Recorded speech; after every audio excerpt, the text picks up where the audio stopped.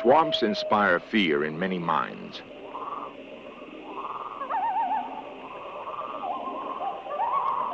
Dark and damp, they are full of mystery and creatures that slither in the mud. An experienced guide entered Louisiana's Honey Island swamp one fall day in 1973. The outing would become the stuff nightmares are made of.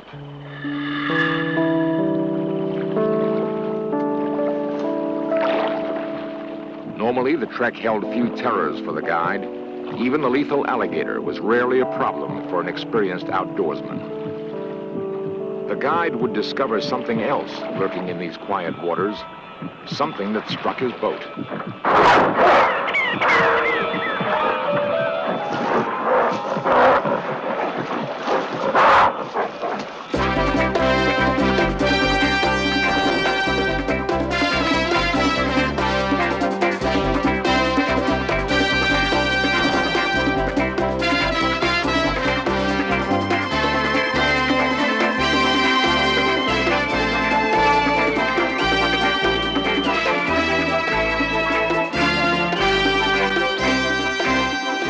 Is it possible that an unknown creature lives on the edge of man's civilized world?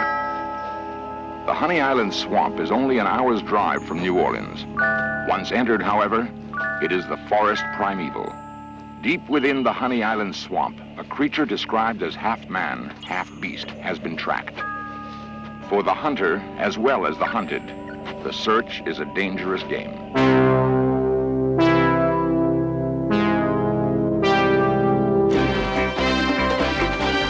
This series presents information based in part on theory and conjecture. The producer's purpose is to suggest some possible explanations, but not necessarily the only ones, to the mysteries we will examine.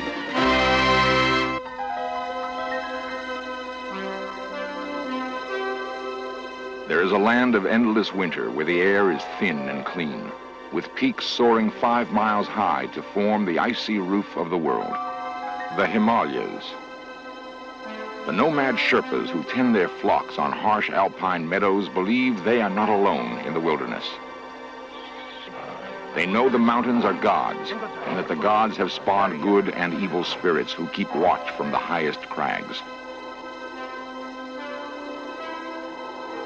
The most frightening of these spirits is the man-beast the Sherpa call Yeti. Western men call him the abominable snowman. Abominable because legend says he kills those foolish enough to enter his frozen world.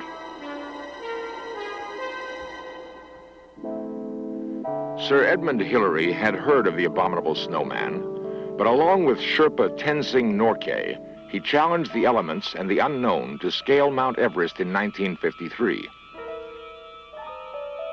Hillary would bravely return years later to search for the monster, but would find nothing. Other places in the world have secrets to tell, and there are other men fascinated by mystery. One such place is America's Pacific Northwest. One such man is Peter Byrne.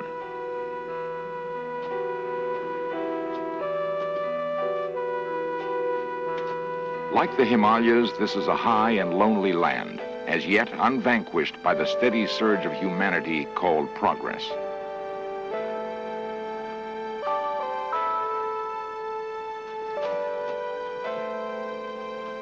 Byrne once hunted game in the foothills of the Himalayas, where he became fascinated with accounts of the Yeti. Now he roams the Northwest, substituting camera for gun, in search of another man-like beast, Bigfoot. Men of strong character have challenged this wilderness before. In 1924, a group of rugged miners staked a claim near Mount St. Helens in Washington state. They reported that early one morning, they were attacked by giant rock-throwing beasts. The battle lasted hours.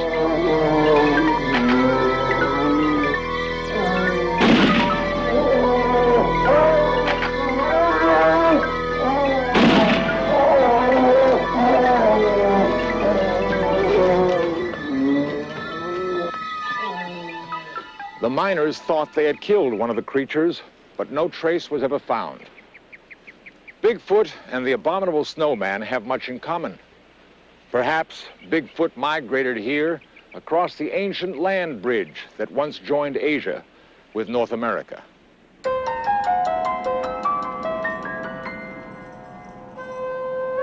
A world away from the mountains is the urbane and colorful city of New Orleans. Yet less than 40 miles from the Superdome, concrete and steel give way again to wilderness. Called Honey Island Swamp, 27,000 acres of sluggish streams, still ponds, and dense subtropical forest make up another of the world's great remaining primitive areas. Life on the edge of this vast Mississippi Delta bayou seems prosaic enough, with comfortable old homes punctuating lush farmland. In the little towns and farmhouses, however, stories are exchanged about a creature said to lurk deep within the swamp. Few outsiders ever hear them, perhaps for good reason. Ted Williams farms a small plot of land near Honey Island. He also traps muskrat and mink. One day, it appeared he'd been trapped himself. The first time I ever saw it was standing plumb still like a stump. Went on a trap line, and I stopped after I realized it wasn't a stump. I knew it wasn't supposed to be there. And it run. When I stopped, it run. And it was a dark gray, about 7 foot high.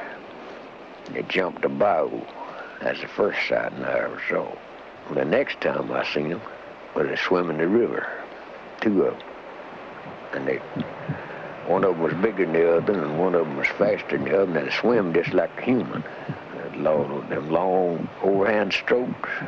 I tried to get one of them to look at me, and the other one run off and got out of the way, and the other one never would look at me.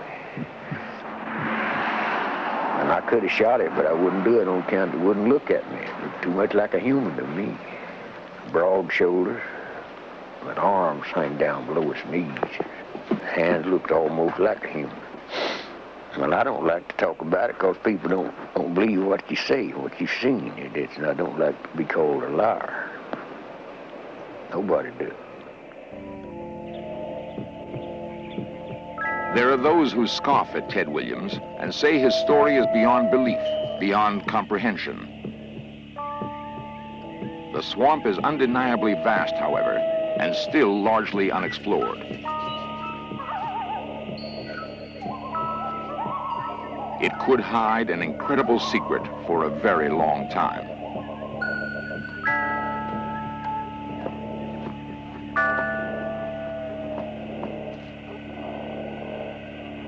Ted Williams is not the only one to confess seeing something frightening in the swamp. While some still prefer to keep quiet, others have begun a systematic search for the creature.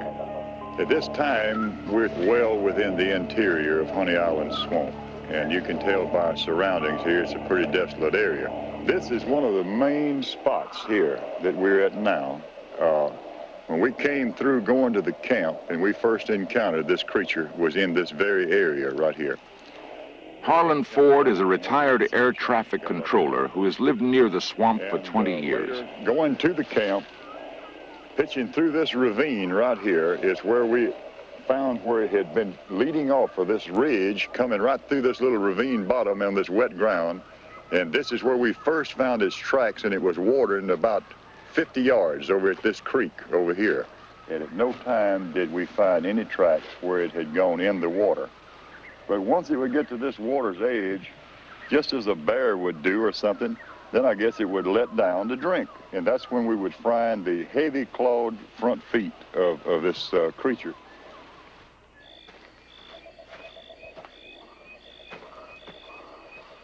One evening late, just about dusk dark, a friend of mine, we encountered eyes.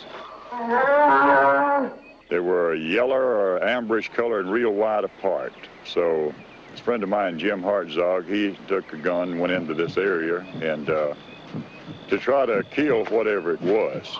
And he says that he came face to face with this thing. It looked something like about 7 foot tall. And he fired on it with using a headlight. But he said when he did, the eyes went out.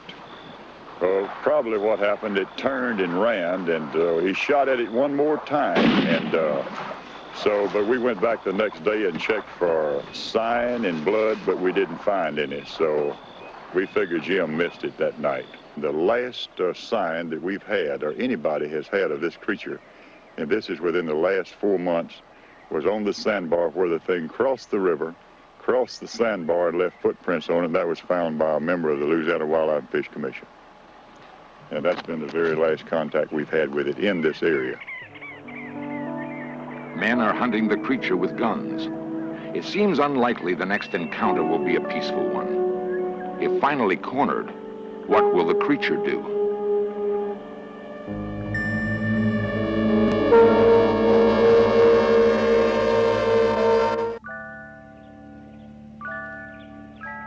Honey Island Swamp has been largely ignored by men and seemingly forgotten by time.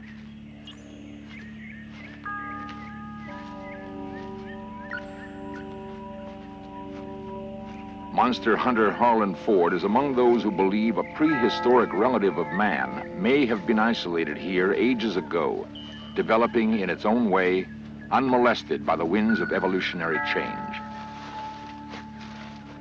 Ford is pressing his search deeper into the swamp. He's walking where a few men before him have gone. Traditional scientists have largely ignored the reports of monster sightings. Ford hopes to come up with evidence that will change their minds. A track, obviously fresh. It resembles nothing that is known to inhabit the swamp. Clearly, the track was not made by a man.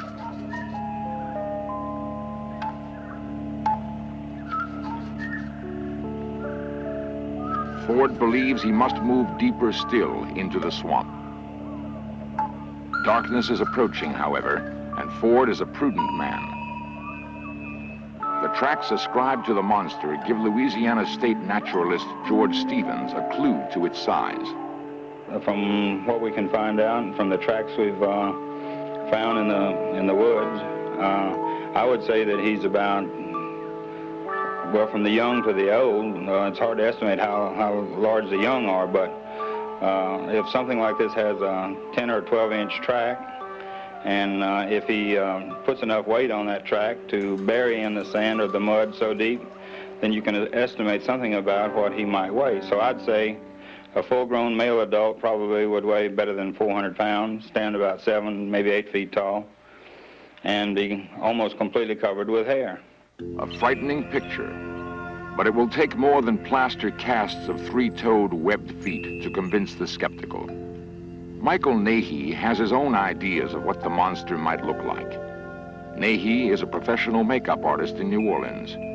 He was commissioned to study the available evidence on the creature and devise a model to match eyewitness accounts. The feet were constructed to exactly match one recent set of tracks.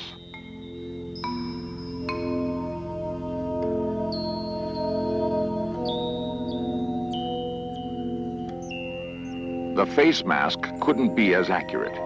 It does, however, match the descriptions of several eyewitnesses. We still don't know where the creature came from, how it has avoided man for so long, or how it survives in the hostile world of Honey Island Swamp.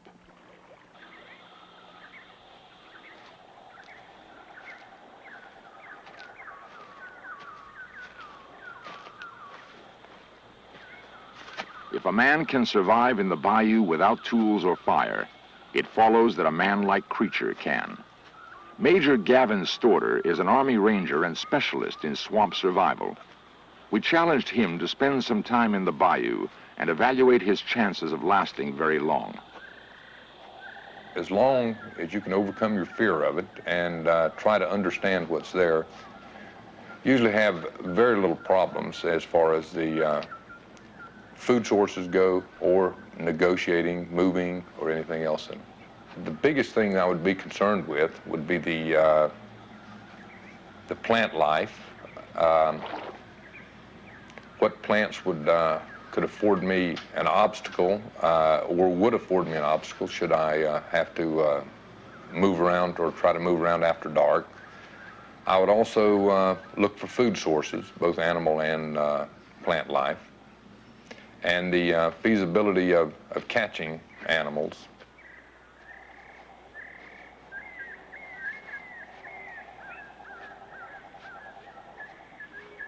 To live and remain healthy, you would have to spend almost all waking hours, just like an animal, gathering food.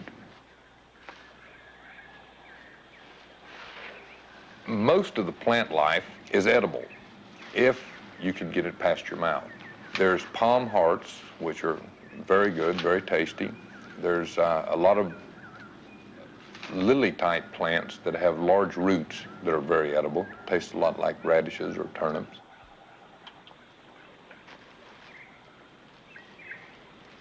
If the swamp monster does exist, it must have had a long time to adapt to its environment.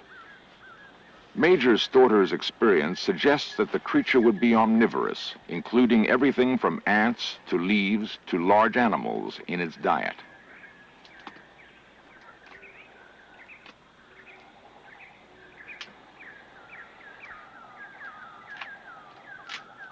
It is clear that only with great cunning and strength could a large creature endure very long. As far as the insect life goes, there would be a lot of insects that could be eaten. And animals are in abundance, both turtles, snakes, possums, armadillos that could be captured and eaten.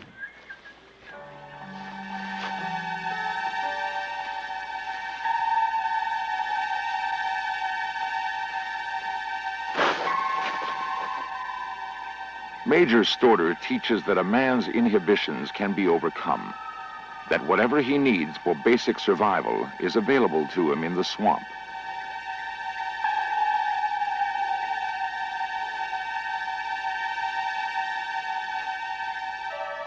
The monster would have no problem with squeamishness.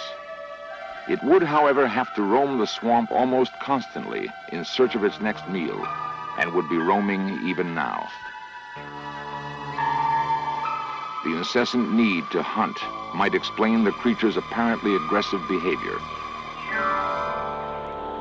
There are other large predators with which the monster would have to compete for food. It is difficult to imagine, however, that a creature supposedly 8 feet tall and cunning enough to outwit humans would have natural enemies. Man alone seems capable of posing a serious threat to a creature as clever and aggressive as this one is supposed to be. Men are clever and aggressive too. The threat becomes more real as interest in the swamp mystery increases.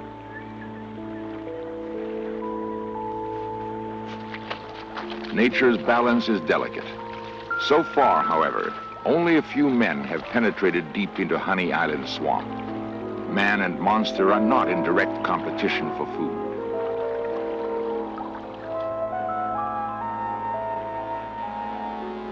It is possible to assume that as men slowly encroach on the swamp, these legendary creatures will be in retreat.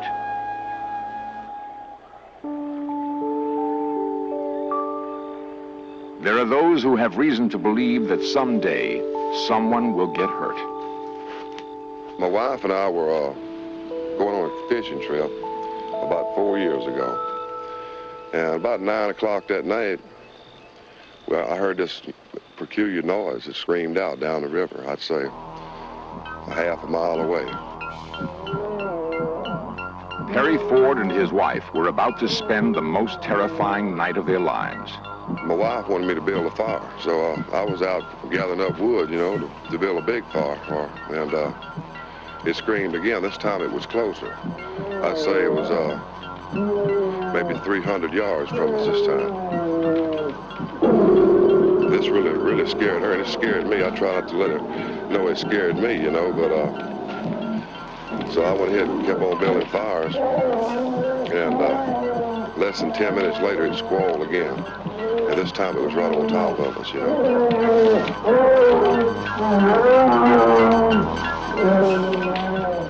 It almost shook the leaves off the trees.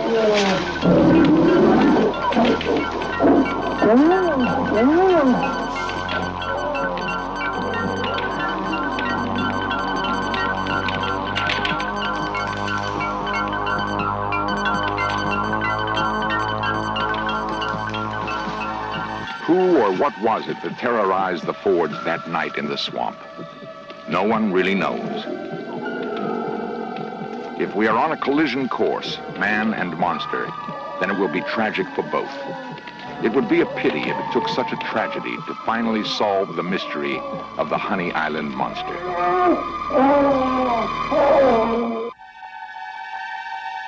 Mankind may have evolved from a swamp like this eons ago. Perhaps we left a part of ourselves behind.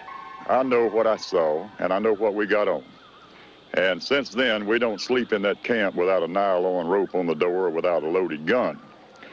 From my standpoint, I'll relate it just like it is. And if people believe it, they believe it. If they don't, they don't. We can't control what people think. But whatever it is still in there. You can take and walk in there today, and where you walk at today in there, I would say that there's spots in there no man has ever walked on before. It's that remote.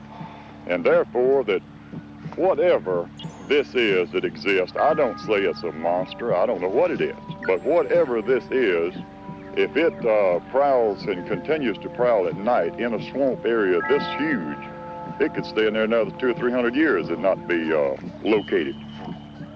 It is easier to explain the existence of a hitherto unknown creature in Honey Island swamp than to understand the apparent indifference of scientists to evidence and eyewitness accounts. What is needed is a thorough, objective search for the man-like creature that has been reported here. It will not further our progress to turn our backs on what may well be our past.